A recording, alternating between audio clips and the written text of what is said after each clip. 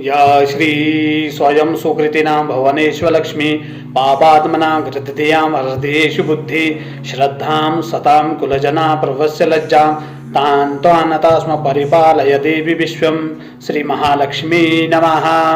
माँ माहेश्वरी सूर्यजय ज्योतिष केंद्र, आपका फिर से स्वागत अभिनंदन। आज हम आपके सामने प्रस्तुत हुए हैं प्रिय दर्शकों अपना विषय काल सर्पयोग। काल सर्पयोग के बारे में हमने आपको जानकारी दी, उसके कुछ उपाय भी आपको हमने बताए। काल सर्पयोग जन्म कुंडली में एक ऐसा योग है जिसके बहुत दुष्प्रभाव होते हैं।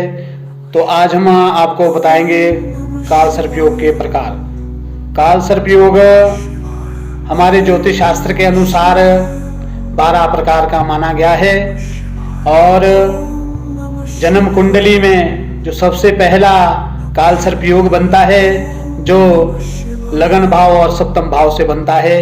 प्रथम भाव और सप्तम भाव में, प्रथम में राहु और सप्तम में केतु और उसके परिधि में उसके अंदर सारे ग्रह आ जाए तो उसको हम कहते हैं, हमारे ज्योतिष शास्त्र के अनुसार कहा जाता है अनंत काल सर्पयोग। अनंत काल सर्पयोग जीवन में मानसिक परेशानी, मानसिक अशांति, अस्थिरता, कोर्ट कचहरी के कानून आदि के विषय में, कोर्ट कचहरी के चक्कर, उसमें भी आदमी को बहुत उलझाता है और वैवाहिक जीवन में भी दुखी करता है या विवाह में रुकावट पैदा करता है। तो प्रिय दर्शकों, अनंत काल सर्पयोग जो है उसका हमने आपको बताया कि आदमी के जीवन में ये क्या प्रभाव डालता है। इसकी शांति के लिए आप महारुद्राभिषेक कर सकते हैं, ब्राह्मणों द्वारा करवा सकते हैं। सावन के महीने में विशेषकर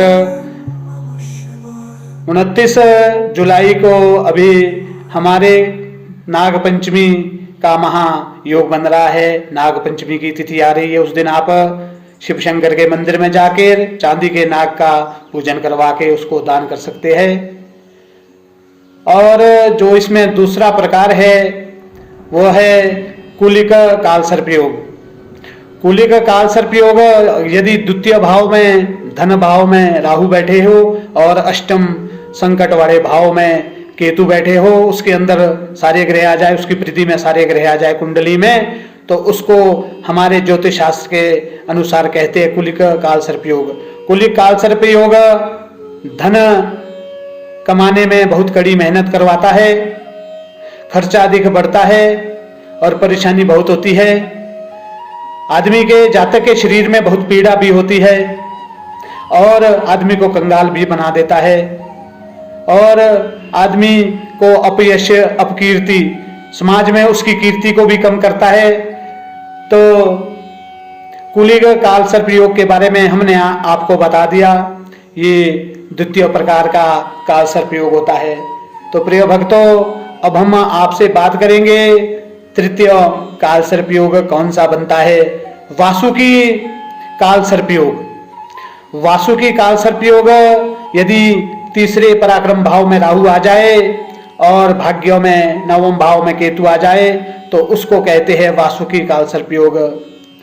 कुटुंब, परिवार, भाई बहन में परेशानी, भाई बंधुओं में परेशानी उत्पन्न करता है और अपयश, मित्रों से धोखा मिलना, नौकरी या निजी व्यापार में, व्यवसाय में भी यह उन्नति नहीं करने देता है, उसमें भी वो नुकसान देता है। व्यर्थ में आदमी को बदनाम कर देता है। यदि आप कोई कार्य भी नहीं करेंगे तो बदनाम आप हो जाएंगे, कार्य कोई और करेगा, बदनामी आपकी होगी। तो ऐसा ये काल सर्पयोग, वासुकी जो काल सर्पयोग है, ऐसा जातक को प्रभाव डालता है। और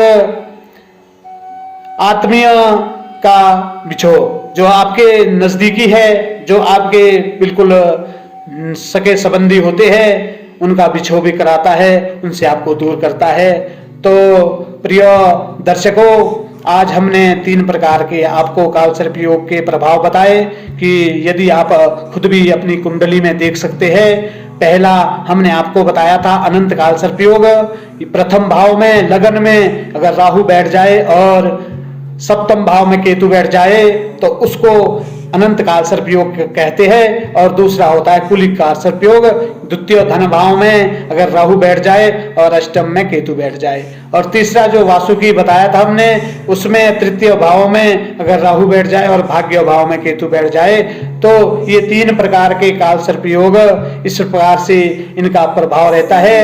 तो प्रिय दर्शकों, आजकल सावन का महीना चला हुआ है, इसलिए हम आपको ये जानकारी दे रहे हैं, क्योंकि सावन शिव जी से संबंध रखता है। सावन का महीना शिव शंकर आदि शक्ति से संबंध रखता है। भोलेनाथ जल्दी प्रसन्न हो जाते हैं, और भोलेनाथ के जो है सर्प जो है भोलेनाथ के गले में रहते हैं। और यदि आप इस महीने में इसका काल सर्प योग का उपाय करते हैं, उपाय करवाते हैं किसी विद्वान ब्राह्मणों द्वारा, यदि आप इसका रुद्राभिषेक करवाते हैं, आप नाग पंचमी के दिन नाग देवता का आप पूजन करते हैं, और गौ माता की आप सेवा करते हैं, रोज नित्य आजकल आप हर सोमवार को शिव जी के ऊपर जल चढ़ाते हैं, शिव जी का व्रत करते हैं, शिव जी का जाप करते हैं, ओम नमः शिवाय का जाप करते हैं, महामृत्युंजय का जाप करते हैं, तो इससे आपको जो है इस काल सर्प योग में किसी भी प्रकार का कुंडली में आपका काल सर्प होगा तो उसकी शांति हो जाएगी, और आपके जीवन में नई स्फूर्ति, नई उमंग पैदा होगी।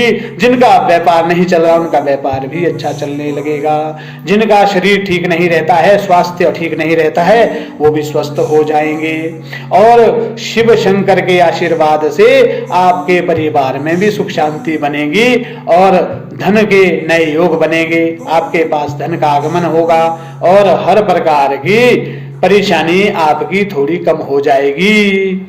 और इस तरह से आप इस सावन के महीने में पवित्र महीना माना जाता है। यदि आप इसमें आप जो है इसमें नॉनवेज का प्रयोग नहीं करते हैं, इसमें आप सात्विक भोजन का प्रयोग करते हैं, तो आपके जीवन में शिव शंकर महाराज बहुत अच्छे फल देंगे।